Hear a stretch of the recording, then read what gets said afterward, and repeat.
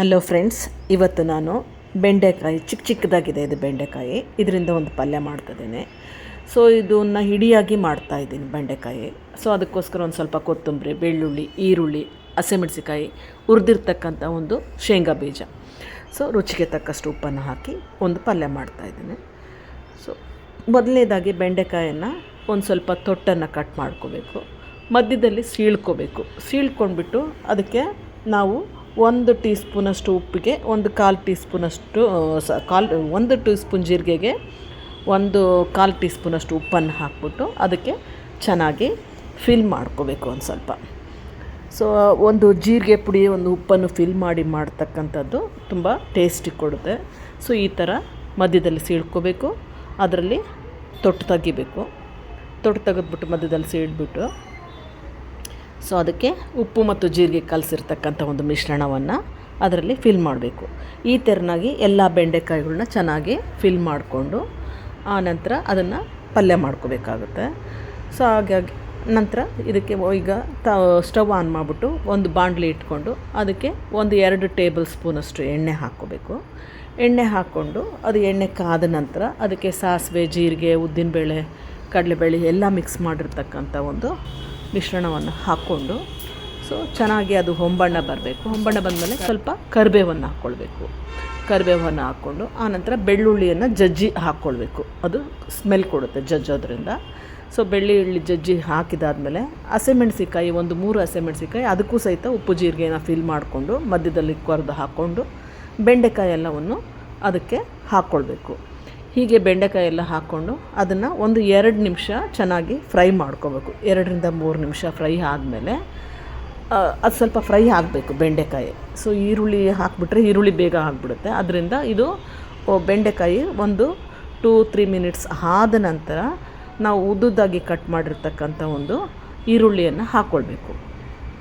ಈ ಥರ ಈರುಳ್ಳಿಯನ್ನು ಹಾಕ್ಕೊಂಡು ನಂತರ ಪುನಃ 1-2 ನಿಮಿಷ ಚೆನ್ನಾಗಿ ಫ್ರೈ ಮಾಡ್ಕೋಬೇಕು ಬೆಂಡೆಕಾಯಿ ಮತ್ತು ಈರುಳ್ಳಿಯನ್ನು.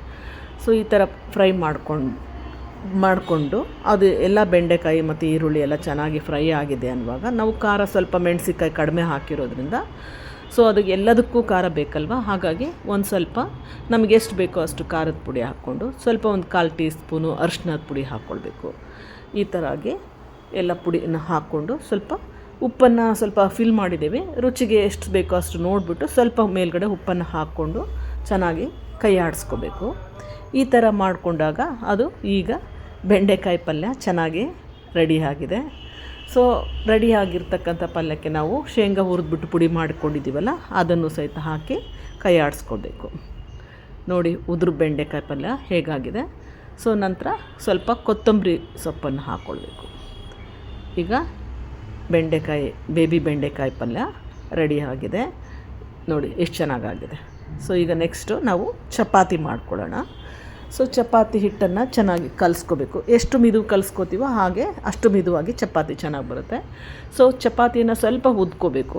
ಒಂದು ಸ್ವಲ್ಪ 2 ಸರಿ ಲತ್ತುಡಿಯಲ್ಲಿ ಹಿಂಗೆ ಹಂದಾದಮೇಲೆ ಅದಕ್ಕೆ ಎಣ್ಣೆ ಹಾಕ್ಕೊಂಡು ಮತ್ತೆ ಪುನಃ ಎಣ್ಣೆ ಹಾಕ್ಕೊಂಡು ಟ್ರಯಾಂಗಲ್ ಶೇಪ್ ಮಾಡಿ ಇಟ್ಕೋಬೇಕು. ಸೊ ಪ್ರತಿಯೊಂದು ಬಾಲ್ಸು ಹುಳ್ಳಿಗಳಿಗೂ ಸಹಿತ ಎಣ್ಣೆ ಹಾಕಿ 1-2 ಸರಿ ಹಿಂಗೆ ಲತ್ತುಡಿಯಿಂದ ಲಟ್ಸ್ಕೊಂಡು, ಜಾಸ್ತಿ ಏನು ಲಟ್ಸೋ ಅವಶ್ಯಕತೆ ಇಲ್ಲ, ಸ್ವಲ್ಪ ಲಟ್ಸ್ಕೊಂಡು ಎಣ್ಣೆ ಹಾಕ್ಕೋಬೇಕು. ಮತ್ತೆ ಫೋಲ್ಡ್ ಮಾಡಿ ಪುನಃ ಮತ್ತೆ ಮೇಲ್ಗಡೆ ಎಣ್ಣೆ ಹಾಕ್ಕೋಬೇಕು. ಎಣ್ಣೆ ಕೈಯಲ್ಲಿದ್ರೂ ಅದನ್ನೇ ಹಚ್ಚಿದ್ರೂ ಸಾಕಾಗುತ್ತೆ. ಸೊ ಈ ಥರ ಎಲ್ಲದನ್ನು ಟ್ರಯಾಂಗಲ್ ಮಾಡಿಕೊಂಡು ಆಮೇಲೆ ಲಟ್ಸ್ಕೊಂಡ್ರೆ ಈಸಿ ಆಗುತ್ತೆ. ಸೊ ಒಂದು ತವ ಮೇಲೆ ಹಾಕಲಿಕ್ಕೂ ಸಹಿತ ಅನುಕೂಲ ಆಗುತ್ತೆ. ಸೊ ತವ ಖಾಲಿ ಉಳಿಯೋದಿಲ್ಲ ಹೀಗೆ ಮಾಡೋದ್ರಿಂದ. ಸೊ ಈ ಥರ ಲಟ್ಸ್ಕೊಂಡು ಟ್ರಯಾಂಗಲ್ ಶೇಪ್ ಇದ್ರೂ ಸಹಿತ ಅದನ್ನು ರೌಂಡ್ ಮಾಡ್ಕೋಬೋದು. ಸೊ ಈ ಥರ ಈಗ ಚಪಾತಿ ರೆಡಿಯಾಗಿದೆ. ತವ ಕಾದಿದೆಯಾ ನೋಡಿಕೊಂಡು ತವ ಮೇಲೆ ಒಂದು ಚಿಟಿಗೆಯಷ್ಟು ಎಣ್ಣೆ ಚಿಮ್ಸ್ಕೋಬೋದು, ಇಲ್ಲಾಂದರೆ ಹಾಗೇನೂ ಹಾಕ್ಕೋಬೋದು. ಸೊ ಈ ಥರ ಈಗ ತವ ಕಾದಿದೆ. ಮೇಲ್ಗಡೆ ಸ್ವಲ್ಪ ಎಣ್ಣೆ ಸವರ್ಕೋಬೇಕು, ಅಥವಾ ಬ್ರಷಿಂದ ಹಾಕ್ಕೊಂಡ್ರೂ ಸಾಕಾಗುತ್ತೆ. ಯಾಕಂದರೆ ಬ್ರಷಿಂದ ಹಾಕ್ಕೊಂಡಾಗ ಅದು ಚೆನ್ನಾಗೇ ಈಕ್ವಲ್ ಆಗಿ ಬರುತ್ತೆ. ಸೊ ಬಬಲ್ಸ್ ಬರೋವರೆಗೂ ವೆಯ್ಟ್ ಮಾಡಿ ಅದನ್ನು ತಿರುವು ಹಾಕ್ಕೋಬೇಕು. ಚೆನ್ನಾಗಿ ಬಬಲ್ಸ್ ಬರಬೇಕು, ಪದೇ ತಿರುವು ಹಾಕ್ಕೊಳ್ಬಾರ್ದು ಚಪಾತಿಯನ್ನು. ಸೊ ಈಗ ಇದು ಒಂದು ಸೈಡ್ ಆಗಿದೆ. ಸೊ ಇನ್ನೊಂದು ಸೈಡು ಸಹಿತ ಸ್ವಲ್ಪ ಎಣ್ಣೆ ಹಾಕ್ಕೋಬೋದು. ಎಣ್ಣೆ ಅಥವಾ ತುಪ್ಪ ಕಡಲೆಕಾಯಿ ಕೊಬ್ಬರಿ ಎಣ್ಣೆನೂ ಹಾಕ್ಕೋಬೋದು. ಕೊಬ್ಬರಿ ಎಣ್ಣೆ ತುಂಬ ಆರೋಗ್ಯಕ್ಕೆ ಒಳ್ಳೆಯದು. ಸೊ ಈ ಥರ ಎಲ್ಲ ಎಣ್ಣೆ ಹಾಕ್ಕೊಂಡ್ಬಿಟ್ಟು, ಬೇಡ ನಾವು ಡಯಟು ಅಂತ ಹೇಳಿದ್ರೆ ಡ್ರೈ ರೊಟ್ಟೀಸು ಡ್ರೈ ಚಪಾತಿನೂ ಮಾಡ್ಕೋಬೋದು. ಈ ಥರನಾಗೆ ಫೋಲ್ಡ್ ಮಾಡಿನೇ ಡ್ರೈ ಮಾಡ್ಕೋಬೋದು. ಸೊ ಈಗ ಇದು ಚಪಾತಿ ಸೈಡು ಸಹಿತ ಆಗಿದೆ.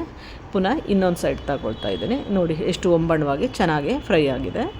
ಸೊ ಈ ಥರ ಸೈಡಲ್ಲಿ ಬೆಂದಿಲ್ಲ ಅಂದರೆ ನಾವು ಫೋಲ್ಡ್ ಮಾಡಿ ಬೇಯಿಸ್ಕೋಬೋದು, ಒಂದು ಕಡೆ ಸೈಡ್ ಮಾಡಿ. ಈಗ ಇದು ಚಪಾತಿ ಆಗಿದೆ, ಇದನ್ನು ನಾನು ತಕ್ಕೊಳ್ತಾ ಇದ್ದೀನಿ. ಈ ಥರ ತಕ್ಕೊಂಡಾದಮೇಲೆ ಸೈಡಲ್ಲಿ ಬೇಯಬೇಕು ಅಂದಾಗ ಈ ಥರ ಫೋಲ್ಡ್ ಮಾಡಿ ಹಾಕ್ಕೊಂಡು ಬೇಯಿಸ್ಕೋಬೇಕು.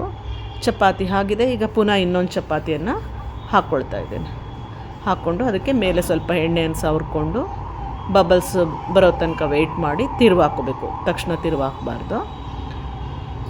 ಈಗ ನೋಡಿ ಬಬಲ್ಸ್ ಚಿಕ್ಕ ಚಿಕ್ಕದಾಗಿ ಬರ್ತಾಯಿದೆ. ಚೆನ್ನಾಗಿ ಬಬಲ್ಸ್ ಬಂದರೆ ಅದು ಆ ಸೈಡಲ್ಲಿ ಚೆನ್ನಾಗಿ ಕಂಪ್ಲೀಟಾಗಿ ಬೆಂದಿದೆ ಅಂತ ಇದಾಗುತ್ತೆ. ತಕ್ಷಣ ತಿರುವು ಹಾಕಿದರೆ ಅದು ಮತ್ತೆ ನಾವು ಆ ಕಡೆ ಕೆಂಪಾಗಿಲ್ಲ, ಮತ್ತೆ ಇನ್ನೂ ಸ್ವಲ್ಪ ಬೇಯಿಸಬೇಕು, ಈ ಥರ ಆಗುತ್ತೆ.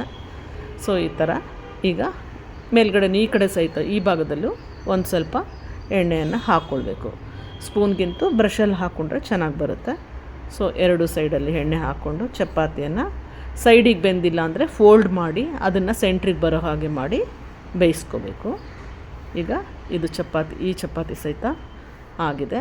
ಸ್ವಲ್ಪ ಮಾತ್ರ ಸೈಡಲ್ಲಿ ಒಂಚೂರು ಆ ಸೈಡಲ್ಲಿ ಮಾಡ್ಕೋಬೇಕು.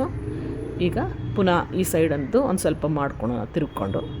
ಈಗ ಇದು ಈ ಚಪಾತಿ ಸಹಿತ ಆಗ್ತಾಯಿದೆ. ಸೊ ಈಗ ಇದನ್ನು ಇನ್ನೊಂದು ಸೈಡಲ್ಲಿ ಸ್ವಲ್ಪ ಮಾಡಿಕೊಂಡು ನಾವು ತಕ್ಕೊಳ್ಳೋಣ. ಈ ಚಪಾತಿನ ಸಹಿತ ತಕ್ಕೊಂಡು ಪುನಃ ಇನ್ನೊಂದು ಚಪಾತಿಯನ್ನು ಹಾಕ್ಕೊಳ್ಳೋಣ. ಇನ್ನೊಂದು ಚಪಾತಿ ಹಾಕ್ಕೊಂಡಿದ್ದೀನಿ. ಅದು ಎರಡು ಸೈಡು ಆಗಿದೆ. ಒಂದು ಸೈಡು ಎರಡು ಸೈಡು ಆಗಿದೆ, ಚೆನ್ನಾಗಿ ಉಬ್ಬಿ ಬಂದಿದೆ. ಸೊ ಈ ಥರ ಆಗಿ ಚಪಾತಿ ಹಿಟ್ಟನ್ನು ಮೆತ್ತಗೆ ಕಲಿಸ್ಕೊಂಡು ಮಾಡ್ಕೊಳ್ಳೋದು, ಚಪಾತಿ ಚೆನ್ನಾಗಿ ಸ್ಮೂತಾಗಿ ಬರುತ್ತದೆ. ಸೊ ಈಗ ಎಲ್ಲ ಚಪಾತಿಗಳು ನೀಟಾಗಿ ಸೈಡಲ್ಲಿ ಎಲ್ಲ ಬೆಂದಿಲ್ಲ ಅಂದರೆ ಆ ಕಡೆ ಮಾಡಿ ಮಾಡಿಕೊಂಡು ಚಪಾತಿಗಳೆಲ್ಲ ಆಗಿದೆ ಈಗ ಚಪಾತಿಗಳು. ಸೊ ಈಗ ತಾಟ್ ರೆಡಿ ಮಾಡ್ಕೊಳ್ಳೋಣ. ಸೊ ಬೆಂಡೆಕಾಯಿ ಇಡಿಯಾಗಿ ಮಾಡಿರ್ತಕ್ಕಂಥ ಒಂದು ಬೆಂಡೆಕಾಯಿ ಪಲ್ಯ ರೆಡಿಯಾಗಿದೆ ಚಪಾತಿ ಒಟ್ಟಿಗೆ ಸೇವಿಸಲಿಕ್ಕೆ. ನೀವು ಮನೆಯಲ್ಲಿ ಒಮ್ಮೆ ಈ ಥರನಾಗಿ ಒಂದು ಬೆಂಡೆಕಾಯಿ ಪಲ್ಯವನ್ನು ಮಾಡಿ ಟೇಸ್ಟ್ ಮಾಡಿ ನೋಡಿ, ಲೈಕ್ ಮಾಡಿ, ಶೇರ್ ಮಾಡಿ. Bye bye. Thank you.